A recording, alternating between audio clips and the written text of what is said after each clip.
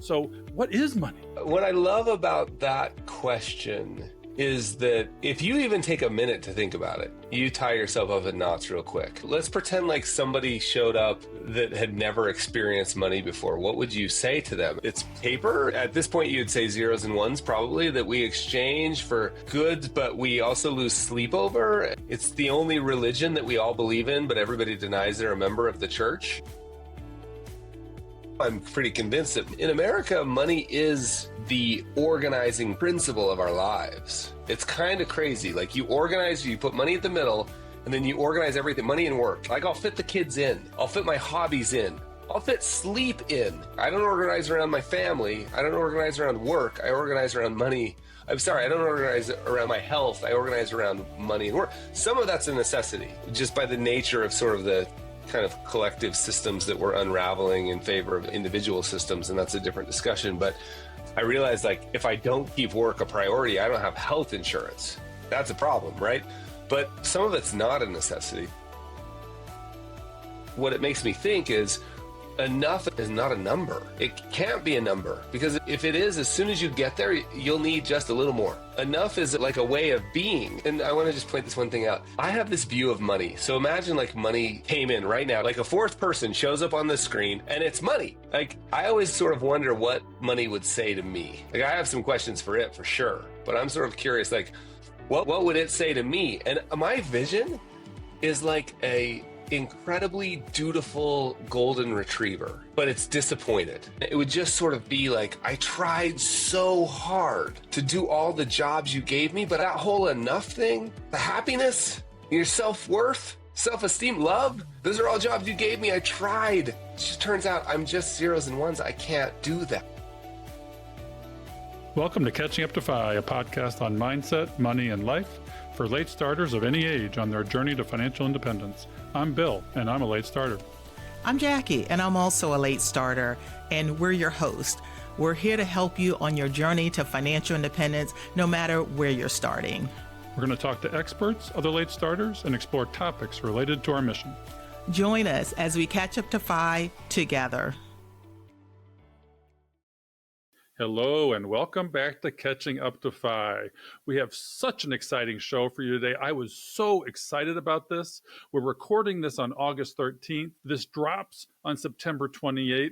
Jackie and I are in Bali in South Africa right now, living our best lives and spending money on what we value: people, relationships, and experiences. Actually, I'm in South Africa with Uncle Frank Vasquez and Mary, and we're on safari. I hope we don't get eaten by lions. Right. Now, Bill, I'm going to be in Bali with some friends of ours, too, that have been on the podcast. So with Amy and several of our other Fi friends at the Fi Freedom Retreat. And, you know, I already got the Bali hair going on. I had the braids done and all of that because I am ready for paradise. Yeah, it's really nice that we can record ahead and make sure that these shows keep dropping while we're away. So at any rate, we have, I think, Jackie, before we get started with the show, a really touching review on Apple Podcasts. And we encourage all of you to leave us a review because it helps others see the purpose, meaning of the show, and dig in to this material to help them with their financial lives. That's right. We're not skipping a beat over here. You can go to Apple Podcasts and leave a review. You can go to Spotify or wherever you listen to your podcast. Also, we love to hear from you. So you can go to our website and leave a speak pipe voicemail, and we'd love to hear your voice. But this one, Bill, this one definitely touched my heart. It was a recent one written by Beth PKY, and the title of it was Life-Changing. So here's what she says. I happened upon this podcast while researching retirement and budgeting.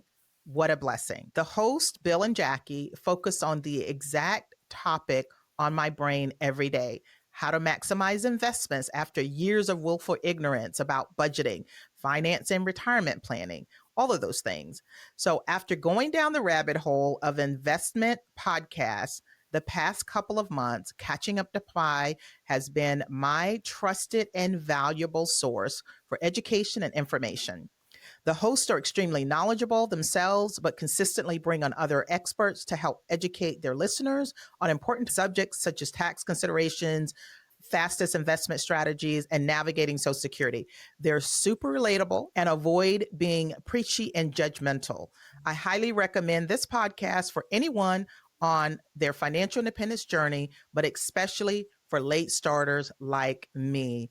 That is a beautiful review. Thank you so much, Beth. And I was able to connect with Beth. She reached out and we're actually having dinner tonight, Bill. She's a lovely lady. She's got a tremendous story herself. And I hope to bring her onto the podcast. And it was so funny how she told me, I just had trouble making sense of my money. And so many people have that issue. You've got all these pieces to the puzzle. How do you put them together? So I'm just grateful that we can be a small part of that. We love bringing late starter stories that are impactful from an action sense as well as from a motivational and emotional sense. Listening to and reading this review, there's a tear in my eye and a palpitation in my heart because this is why we do this. This is our passion. We love to hear from you. Send us more stories. Maybe you too can even be on the show. So Jackie, we better talk a little bit about our guest today because it was so impactful on me. Carl Richards is our guest today, and we'll tell you who he is in a second, but he's a mindset guy. He's an emotional guy. He's a human that wants to have human conversations about money all over the world. And his new book coming out on October 5th and will spark 101 different conversations that all of us need to have. That's right. I can't wait for his new book, but I know Carl Bill, he's a CFP professional, but his role in the financial planning world is that he wants to have deeper conversations. He refers to his book as a grenade that will spark better conversations about money. So he's not doing calculators and things like that. Not only is he asking big questions, but he's drawing diagrams that help you ask yourself some really big questions. And when I was going down the CFP route in the early days, he's all over the place talking about conversations with your clients, encouraging your clients to have better conversations with their family and their relationships.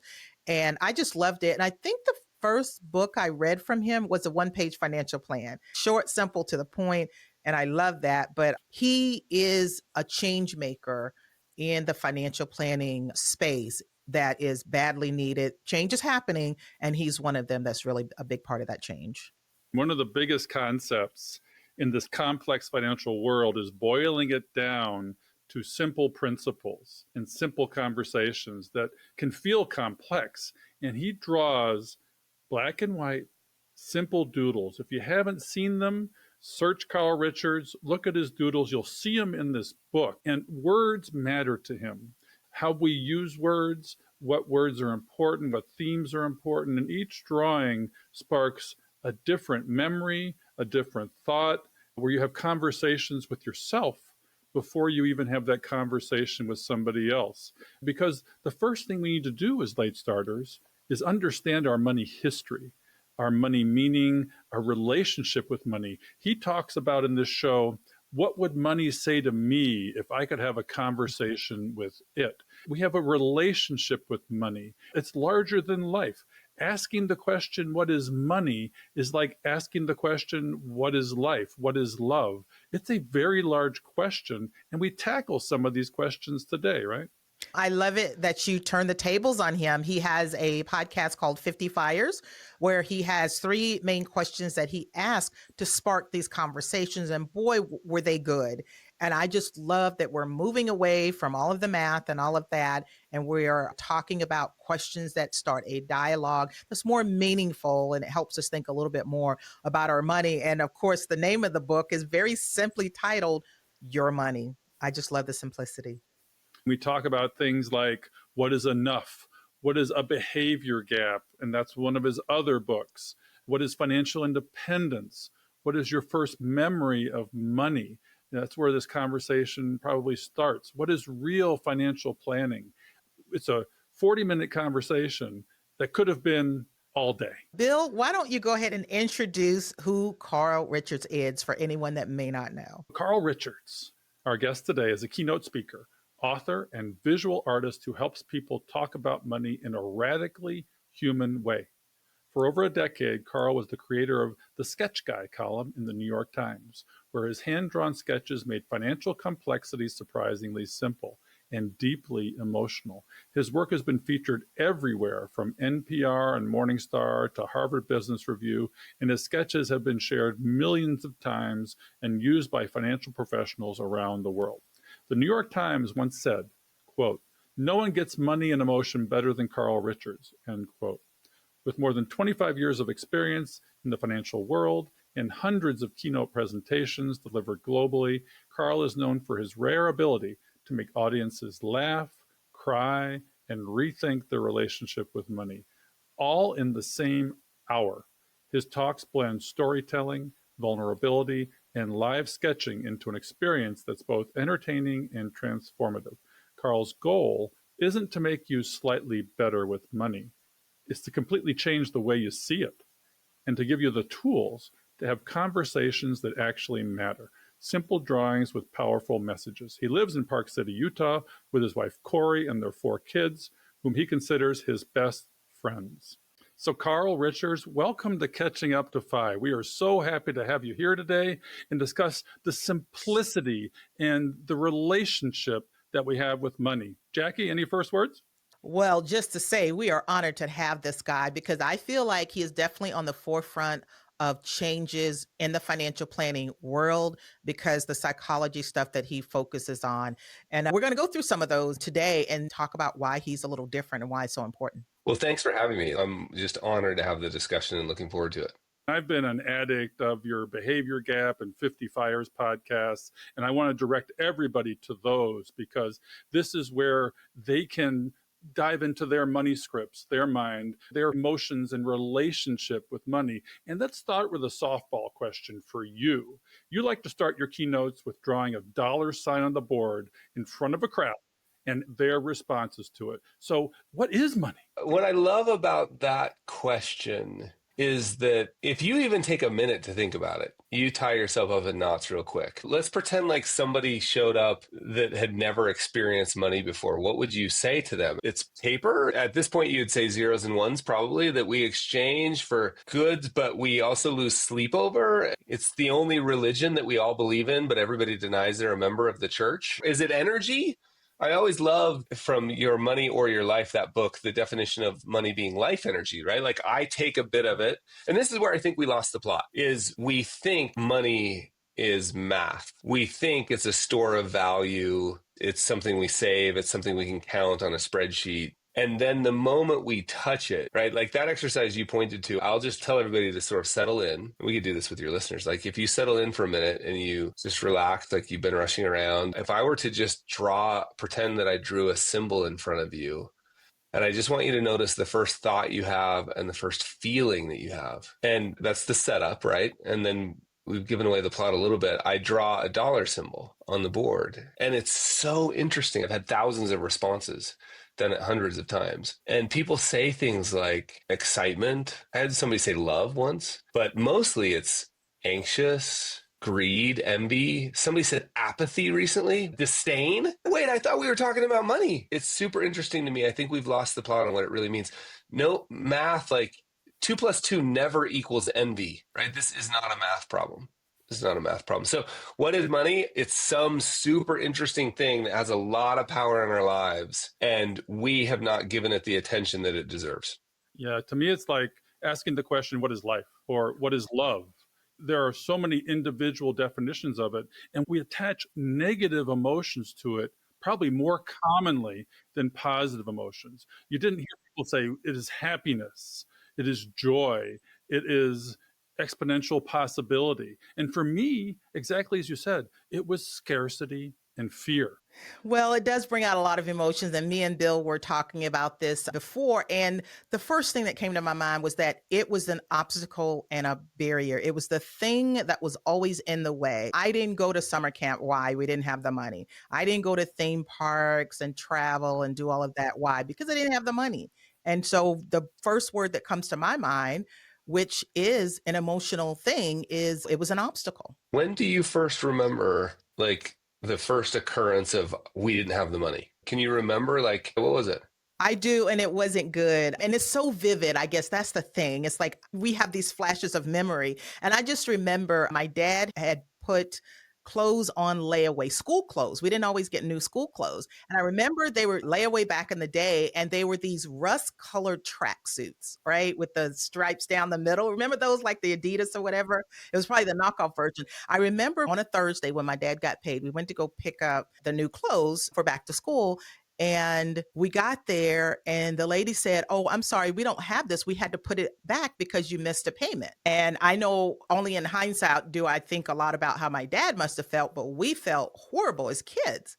So that is the first time, and I don't know how I like remember so much detail about it, but I do. Well, thank you for sharing. That's kind of what we're pointing at, right? Like, I thought it was a store of value or a medium of exchange. Well, it's all wrapped up in all these experiences and stories.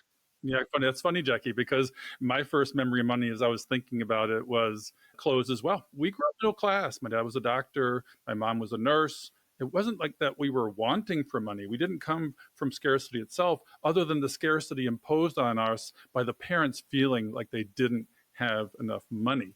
And I remember Sears back in the day no longer exists. And we would buy jeans from Sears, which was maybe the Target of the day. This is before jeans became flexible. You could basically stand these jeans up by themselves because they were so stiff.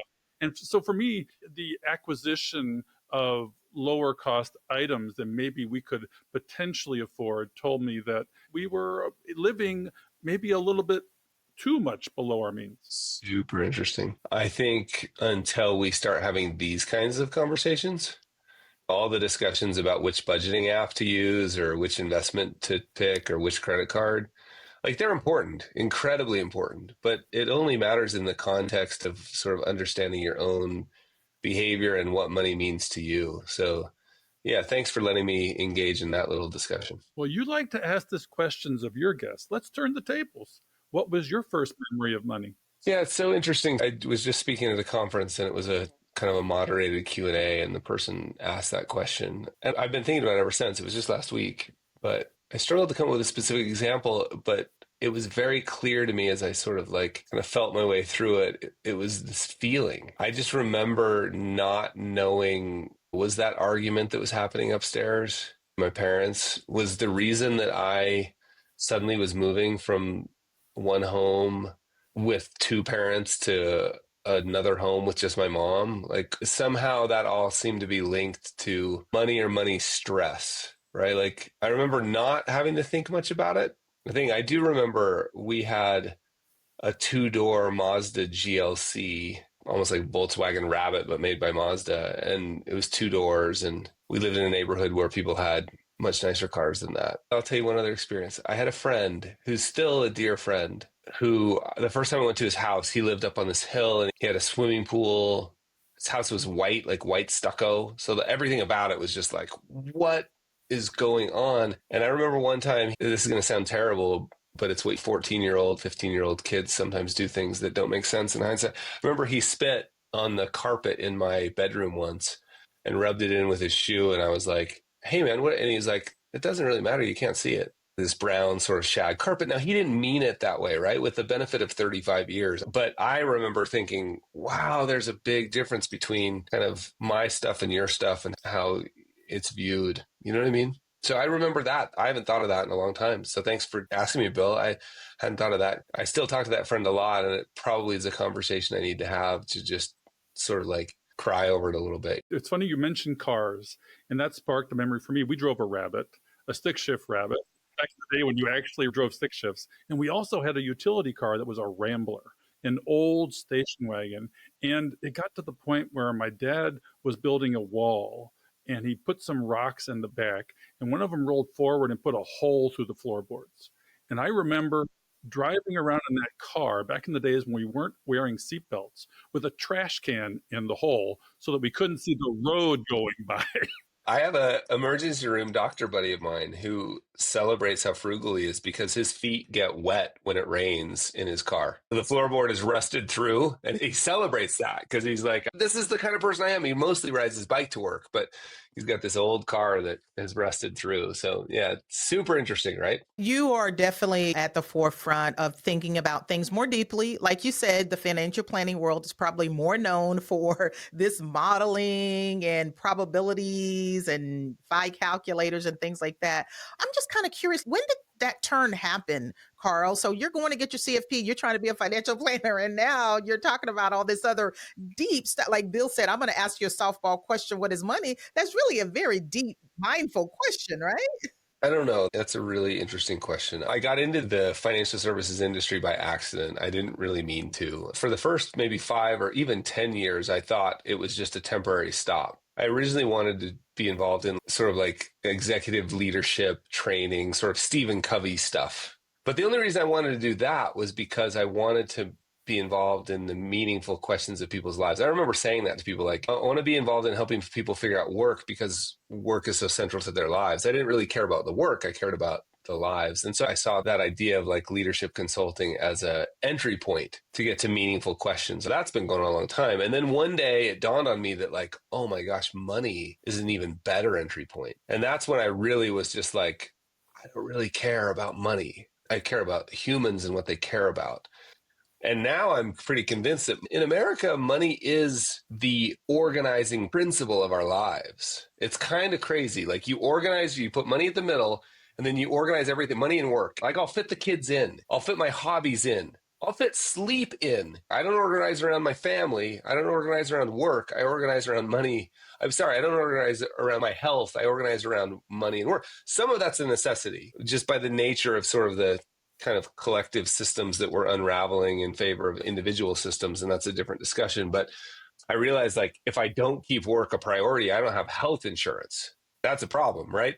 But some of it's not a necessity. Some of it's just because we've lost the plot. So to answer your question, I just see money as just a righteous trick. It's just a portal into the discussions about meaning and what really matters. And I didn't really realize that it was such a radical idea. People started looking at me sideways like, what are you talking about? I have told Bill this, that the things that you're doing in your approach, it is quite a bit radical for the financial planning world. And to me, it's a gift to financial planners. Now, that change is starting to happen. And a lot of it is because of you and you speaking up and talking about how important it is to have these deeper conversations. But that's the reality of it. That's kind of you. I would probably point you to people given your background, right? Like Rick Kaler and the Clonts and Christy Archulette. I mean, there are people who've been having this conversation for 20 years before I came around. So 50 years ago, and I'm not saying that about Rick Kaler. I'm just saying for 50 years, I remember I had a little hand in getting it in front of a few more people, making it slightly more mainstream. And you're right. It is changing. I think the best financial planners in the world and the background you have, the financial therapy world, but it still feels like even when you say it, you're sort of like, what is that? It should be more mainstream. We should understand that. And it's becoming that way. Money for us when we start out is, like you said, it's a means of survival. The approach to wealthy versus rich, wealthy versus poor is a mindset issue. We had a guest on our show, Monica Scudieri, when her son in the back seat, he didn't ask Mom, what are the birds and the bees? What is sex? He asked Mom because they were struggling. She was the divorced mom starting over, very poor, food scarcity. And he said, Mama, are we poor? She said, no, we are wealthy.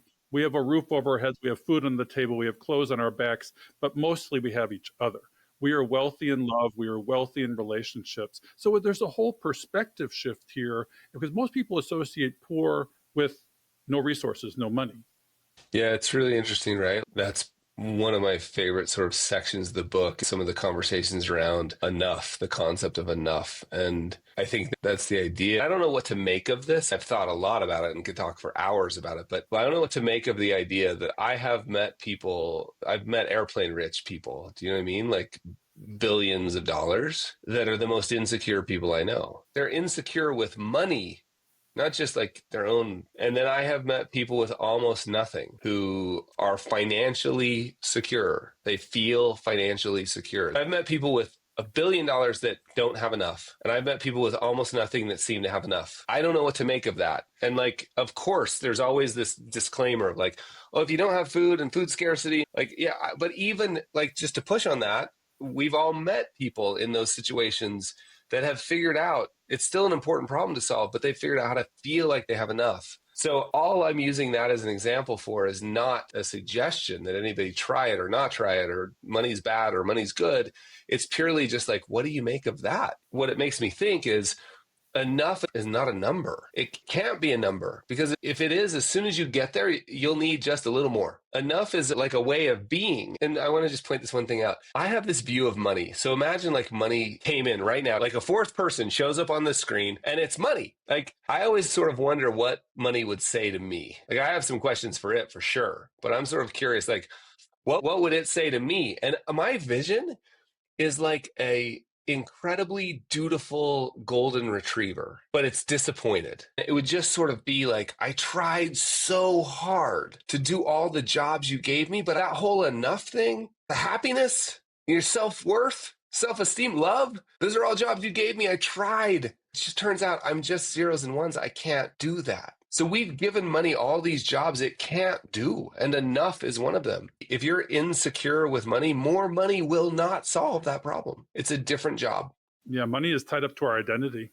And so identity, purpose, and meaning have really nothing to do with money at all. And those are the things we strive for. And rather than use scarcity, we need to use curiosity to sort of get out of the hero's journey of getting out of our financial situation and discovering once we do have enough, okay, it's time for another journey. It's time for another chapter. We get stuck in that accumulation chapter for our entire lives sometimes, and we have a hard time in the FIRE movement shifting from accumulation in identity-based frugality and getting into a spending mode where we have generosity, we have our enough, we can give back to society. It's not just about taking care of ourselves anymore. Yeah, that's really true. It's an interesting problem. My favorite view of money is like the statement that money's natural state is in flow. Like there's a reason we call it currency, because it's a current. There's a reason we use the term cash flow.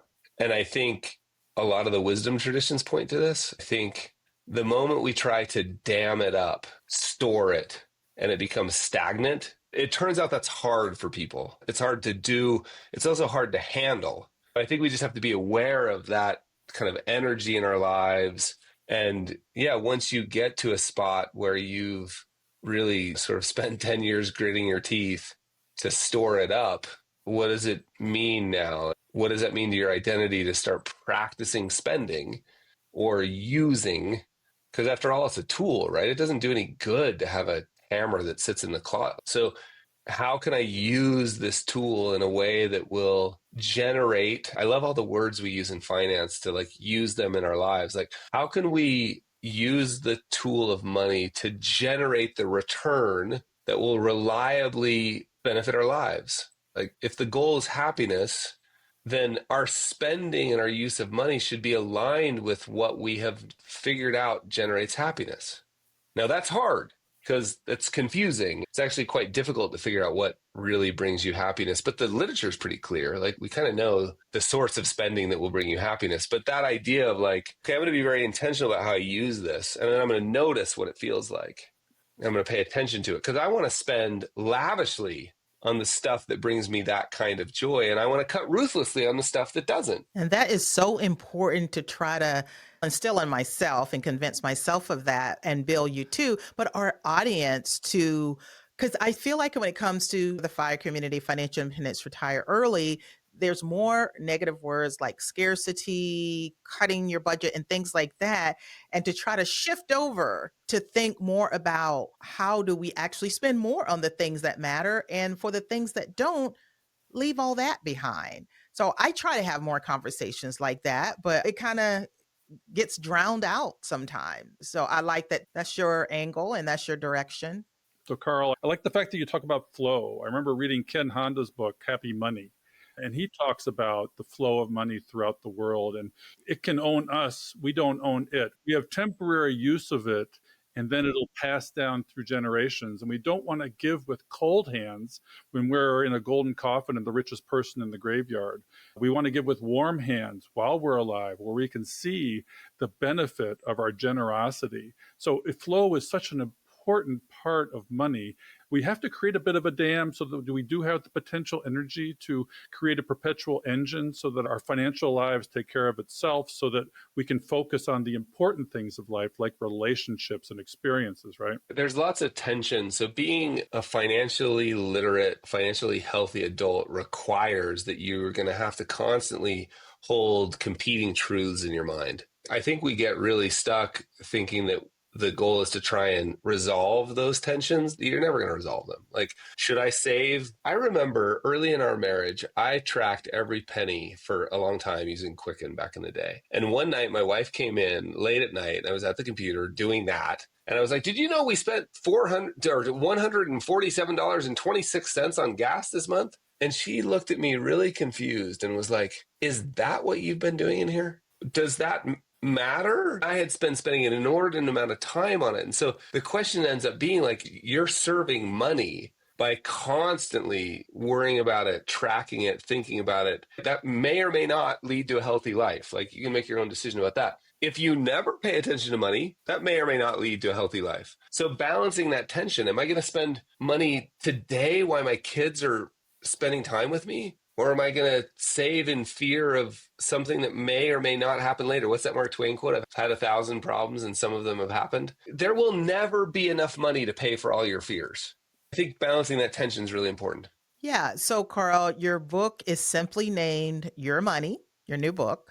Tell us a little bit more about that. And I like the drawing that you have on the cover. Can you explain that a little bit? And I can't wait for the book to come out. And that's why we invited you on to talk a little bit about it. Yeah, so I've kind of resisted writing a book for 11 years. The first two, it's been 11 years since the second one came out. The reason I resisted is I just wasn't sure I had a lot more to add. But what happened is I'm convinced that good financial decisions, good investment decisions, good money decisions happen in conversation. And I just noticed that we weren't talking about it enough. And I don't mean talking about the financial pornography network waving their hands about buy, buy, sell, sell. I don't mean that garbage. I mean having real conversations about it, about what really matters. We just weren't having them. And I noticed that people were using my sketches all over the world as I started calling them conversation grenades. You sort of throw one of them in a room and a conversation breaks out. And so people were printing them and hanging them on the wall. And so I started thinking well, what if I put together a collection of my favorites plus new ones? I made short as possible essays. Some of the essays are 2 sentences, some are 2 paragraphs. And I thought of it just purely as a conversation starter. Here's 101. So it's 101 sketches with 101 essays. Again, there's not a single essay in there that will take you more than 4 minutes to read. You can flip to any page, anytime. And the goal is not a book. The goal is a conversation, a global conversation to sort of start to get our heads around this thing that we call money. So that's the book. It's out October 21st. It's available now. Please buy it from your local bookstore, or maybe buy a copy from Amazon and a copy from your local bookstore. The doodle on the front, we were just trying to get the hand-drawn element. That's one of the sketches in the middle, just flipped on its side. But that one's about how financial decisions can feel so simple. It's kind of like there's a line coming across and then you hit a ball of yarn. Financial decisions can be so simple until you start thinking about them. I just wanted to open a bank account. How come I have to have 50 conversations? And then if you get through to the other side, it can be simple again. So it's sort of sometimes the best decisions involve going through a little complexity to get to the other side. So that was that sketch on the front. I love that. We attempt to do that on the show all the time, right, Bill? You boil down that really complex concepts into very basic black and white sketches. One of them, too, before we close, is you talk about what real financial planning is. And you have an I'll try and describe it. You have an intersection, a Venn diagram of 2 circles. On one side is your money, and on the other side is your life. And that harkens back to Vicki Robbins' work again. And then you shade in the big middle of that. Tell us a little bit about that from the financial planning profession standpoint, but also the personal financial planning standpoint. And this is how we make a decision about the intersection. What does that drawing mean to you? Yeah, I can just mention Vicki's and Joe's book is seminal work in our space. I think it was probably one of the most impactful books to me. I love everything about that book. There's a reason it's a classic. There was just one thing that always kind of bothered me, and it was the word or. right? It always bothered me that it was called Your Money Or. And again, who am I to complain? One of the best books ever written about money. But I didn't love the feeling I had as a result. And this might just be about me, but they were separate. It was a battle, right? You can choose your money or you can choose your life. And I understand, again, the point was made really well in the book. And I think it's spot on. And I totally agree and endorse all of it. But I always thought, like, wait, I think there's just another layer here. And wouldn't it be nice if we could make them integrated, like your money and your life? And that was actually the working title of the book, was Your Money and Your Life. And then I just didn't want to in any way diminish the work of that book, because we'll never write a book as good as that. Just want to be clear about that. My penchant for simplifying things. So I'm always like, what could I remove? So instead of Your Money and Your Life, we just said Your Money. And I think it's that overlap, like the integration. I think that's where we've lost the plot. It used to be that I would go to the market, I would work really hard, and I would make something. I'd put my life energy, as that book talks about, into something. I would have that. I'd go to the market and I'd either sell it for money, and then I'd take that money and buy something that you put your life energy into. But I'd probably look you in the eyes. I did this at the farmer's market the other day. The guy selling honey, like, it was like, here's some of my money for some of that honey that you helped harvest. That's integrated. I think the further we are away from that connection, the bigger rift there is, the more greed we have, the more fighting we have over resources. So that's why your money and your life, the alignment, your money and the stuff that's important to you, that's what that sketch was about. That's what I love. Words are important to you. The simplicity of the pictures are important to you. And semantics are important. I agree with you totally. And is the more important word here. And would the ideal of your money and your life, this diagram, would the ideal be that they're overlapping circles where money is the smaller one and your life is the bigger one? I think that's exactly right. I play with that in presentations. Sometimes the circles will move. And often, for most of us, they're completely separate. It's like the way I use my capital. Actually, what I say is important to me, my life, there's no overlap between that and how I'm using my time and my money. In fact, I'm embarrassed. I'm really interested. But I'll tell you what's important to you if you'll let me see your calendar and your checkbook. Oh, man, I can't believe I told my kid I couldn't coach the soccer team, but I spent an hour on ESPN today. You know what I mean? Like, that's a great example. Yeah, and every once in a while, the circle is perfectly overlit. It looks like one circle. And the next day, it probably splits up again. Like, that's back to that tension and that process. Our relationship with money is, I'm going to use the word, our relationship with money is a spiritual practice, and it will never end. And so the goal is not to resolve it. The goal is to continue to practice. It's a mirror. It shows us where we're off course a little bit. It shows us where we got caught up in something that maybe we didn't want. It shows us where we're trying to impress people we don't even like by, what's that old quote? People we don't even like by buying things we can't afford. Yeah, exactly. I love the idea of the variability of the overlap of the circles and not being in a constant state of one or zen with your money. And it depends on the day. And in terms of using the word real financial planning, for a planner, it could almost be using the word values for a person. You want your values to completely overlap with your money, where your money is serving you 100% towards your values. It's like needs plus wants may equal values at some level. That's exactly right. And then you wake up and your values change a little bit and you're back in the practice, and it's totally fine. Like this, you'll never get that overlap and it will never stay static. I remember Christmas Eve one year, like perfect overlap. Kids watching some beautiful movie, snowing lightly outside, dog on the couch. Everything was great. Perfect overlap. The next morning, when my wife brought out all those presents and I was like, who that, where, what? Boom. Those circles were exploded again. It's never static. When you were talking about your book and saying that it was more of a grenade to spark conversations, in your podcast, 50 Fires, everybody knows I'm a podcast listener and I love 50 Fires. I love the questions that you're asking to start these conversations. And one of my favorite is, what's a money habit or value you inherited from your family? And what are some of the healthy habits? Bill's spirit of kind of turning the tables a little bit. I'm just curious, what habits did you inherit from your family?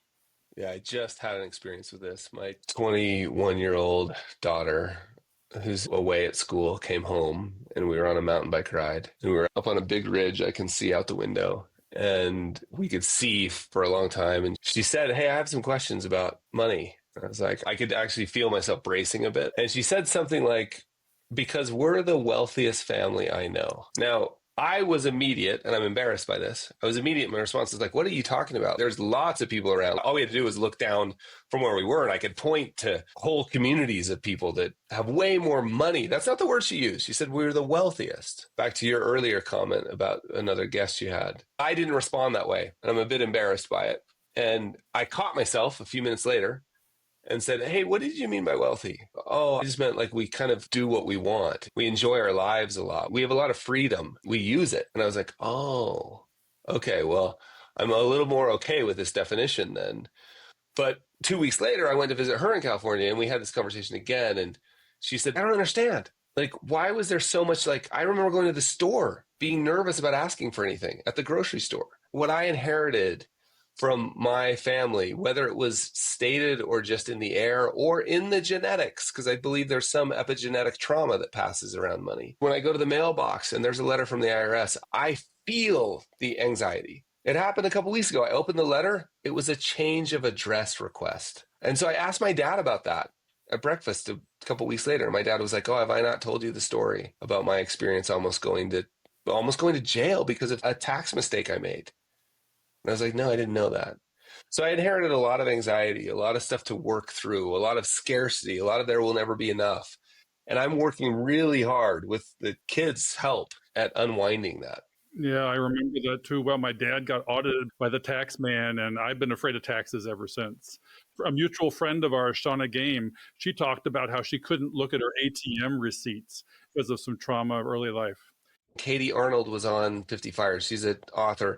And she on 50 Fires said to this day, and it happens a couple times a week, she can't hear her husband in the other room opening mail without having to leave the house because she's worried there are bills that they couldn't pay. And she's like, there's no reason to be worried about it. Like, objectively, there's no reason. But it's just something, it's so interesting how deeply a lot of these things run.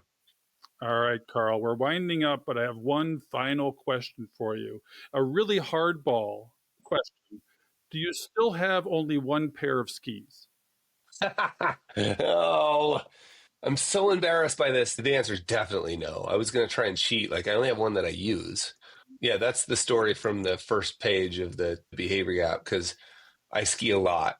And I noticed that there was all this tension around, like, what kind of skis every time I went to go ski a couple times a week. We live right there, and I don't ski at the resort. So it's not like I ski in the backcountry. And so every time I'd go, I'd have to think, like, did it snow? How heavy is the snow? What kind of, like, finally I was just like, let's find one that works 85% of the time. But the quiver has expanded a little bit. It's only two.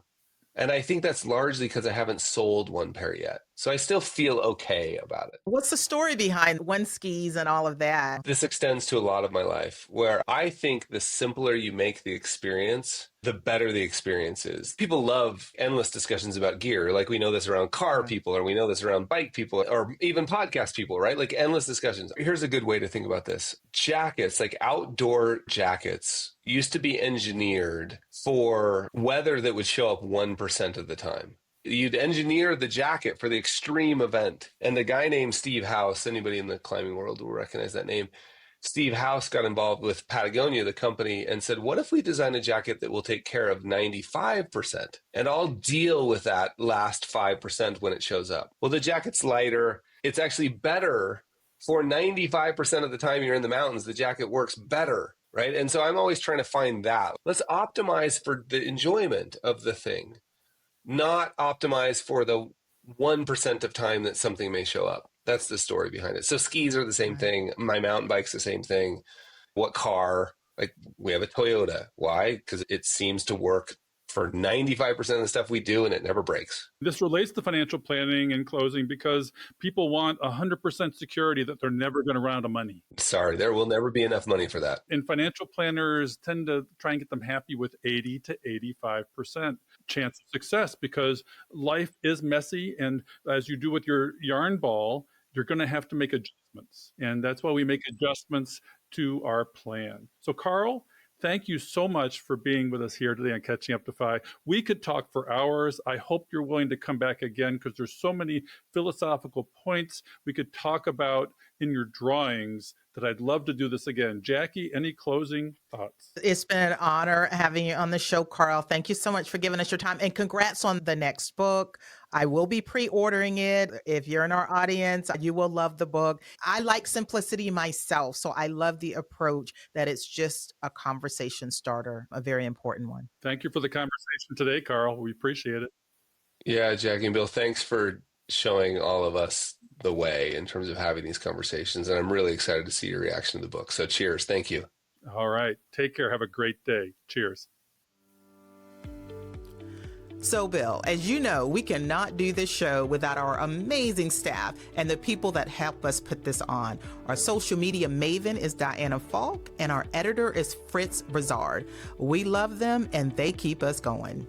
Yeah, Jackie, I mean, this show wouldn't have the quality it has without our folks, our peeps. And we'd also like to give you a few calls to action for the show. We love our community, and we hope you love us back. If you would like to support the show and our mission to help late starters, you can do that at Buy Me a Coffee, which is a platform that allows you to make a donation. The link is in the show notes and on the website. Check out the show notes for resources mentioned in today's show. Also, head on over to our website at catchinguptofi.com and check out our vetted resources, partners, and affiliates for discounts and their services, because we love sharing great deals. Please share the show with others and head on over to our Facebook community to help us grow. If you prefer video, head on over to YouTube and watch the show there. We hope you've enjoyed this episode of Catching Up to Fi. We would appreciate it if you could also leave us a 5-star review to help our message reach others. And while we are financial educators that love to teach, remember that our content is for general education and information purposes only. We are not providing financial, legal, or tax advice. Always do your own research or consult a professional before making important decisions. So, Jackie, we'll see our audience next time on Catching Up to Fi. Cheers.